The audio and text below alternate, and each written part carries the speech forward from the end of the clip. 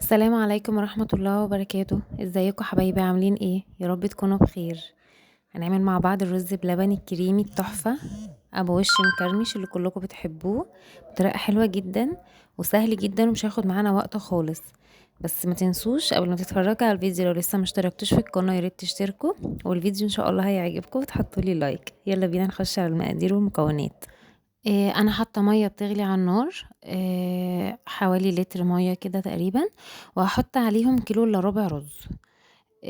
يعني كيلو الا ربع او اقل حاجه بسيطه من كيلو الا ربع كمان يعني، وهحطه على النار كاني بس بسوي الرز بس من غير اي دهون خالص، وهسيبه على اول ما يغلي هوطي عليه خالص لحد ما يستوي يبقى معانا بالشكل اللي انتوا شايفينه ده. طبعا ده بيسهل علينا كتير جدا ومبنقفش كتير واحنا بنعمله، ان هو كده خلاص الرز استوى. وده لبن انا كنت لسه غلياه وطافيه عليه، هحطه على الرز على طول. وانا حطيت على الكيلو الا ربع رز دول 4 كيلو لبن. طبعا الحله لقيتها صغيره فنقلتهم في حله اكبر عشان اعرف اقلب واحط بقيه اللبن، عشان معرفتش انزل بقيه اللبن. نقلتهم في حله اكبر اهي، وهنزل بقى بقيه اللبن اللي معايا. الرز يا جماعة أنا ما نقعتوش، عشان بالاقي ناس كتير بيقولوا إحنا بننقع الرز.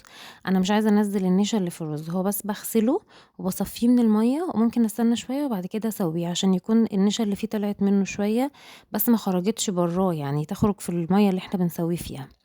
وحطيت على ال4 كيلو لبن 4 كوبايات سكر، لكل كيلو لبن كوباية سكر. اللي بيحب السكر أقل يحط أقل، اللي بيحب السكر حلو كده وإن هو بياكل حاجة مسكرة فيحط على كل كيلو كوباية سكر.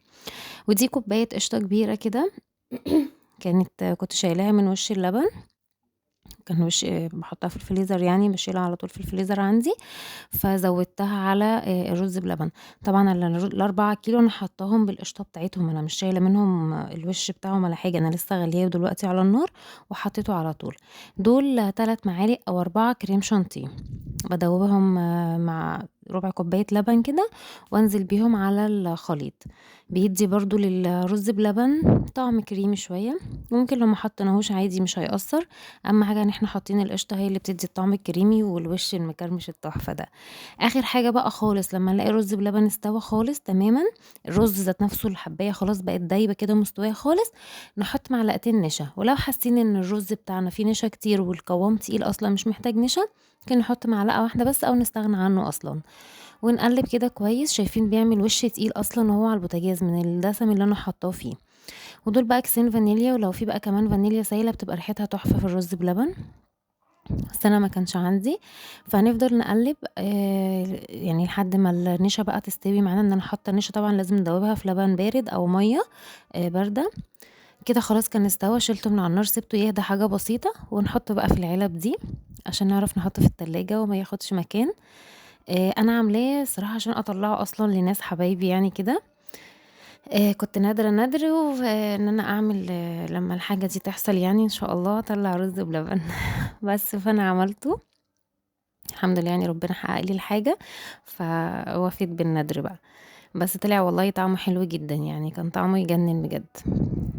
جرّبوه وما تنسوش تقولوا رأيكم في التعليقات، وما خدش وقت خالص في التسوية.